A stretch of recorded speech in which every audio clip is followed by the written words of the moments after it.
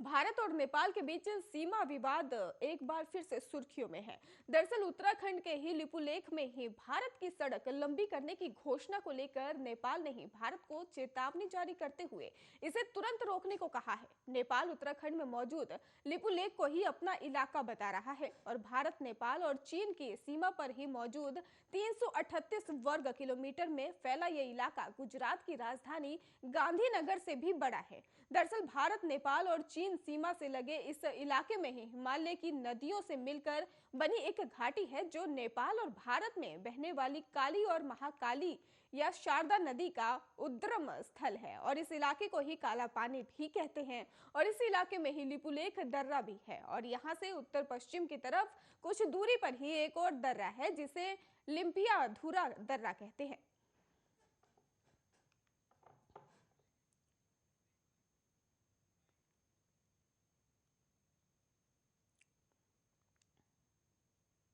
Davos agenda summit के ही दौरान PM Modi के भाषण में ही रुकावट पर कांग्रेस नेता राहुल गांधी ने तंज कसा है। राहुल गांधी ने अपने ट्विटर हैंडल पर लिखा है, इतना झूठ तो टेलीकॉप्टर भी नहीं झेल पाया। दरअसल पीएम मोदी ने ही दावोस एजेंडा समिट में ही हिस्सा लिया था और इस दौरान पीएम मोदी अपने संबोधन के दौरान अचानक से ही बीच में रुक गए और इस क्लिप को ही सोशल मीडिया पर खूब शेयर किया जा रहा है। कहा जा रहा है कि टेलीकॉप्टर भी के रुक जाने के कारण ही पीएम मोदी आगे नहीं बोल पाए। राहुल गांधी ने पीएम मोदी पर तंज कसते हुए कहा कि इतना झूठ तो नहीं झेल पाया और वही कांग्रेस ने ही लिखा कि अब टेलीकॉप्टर वाला शख्स बोल रहा होगा कि अच्छा चलता हूं, दुआओं में याद रखना।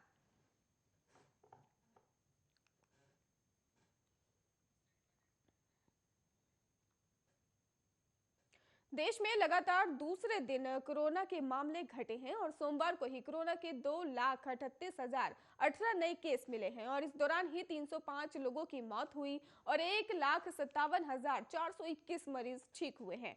और देश में ही फिलहाल एक्टिव केस की अगर बात की जाए तो उनकी संख्या बिल्कुल 17,36,628 है और इससे पहले रविवार को 2,58,079 नए केस दर्ज किए गए थे।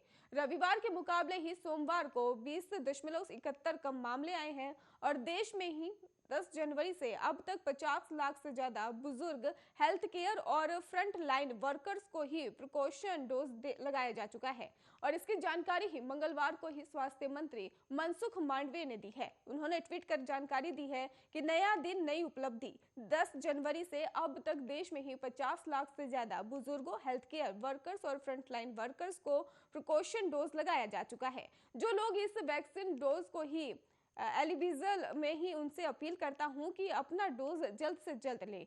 और दिल्ली में ही सोमवार को ही 12,527 नए कोरोना मामले दर्ज हुए और ये लगातार चौथा दिन है जब डेली केस में ही गिरावट हुई है और 13 जनवरी को ही 28,857 नए केस दर्ज हुए हैं और 14 जनवरी को 24,343 मामले मिले और 15 जनवरी को 20,718 और 16 जनवरी को 18,286 मामले दर्ज हुए। वहीं 17 जनवरी की बात की जाए तो वहां पर भी 12,527 मामले दर्ज किए गए हैं। दिल्ली में पॉजिटिविटी रेट की 27.99% है और यहां रविवार के मुकाबले ही एक्टिव केस भी 5,827 गिरावट पर है। रविवार को 79,819 मामले दर्ज हैं और जो सोमवार को ही घटकर 83,982 रह गए हैं।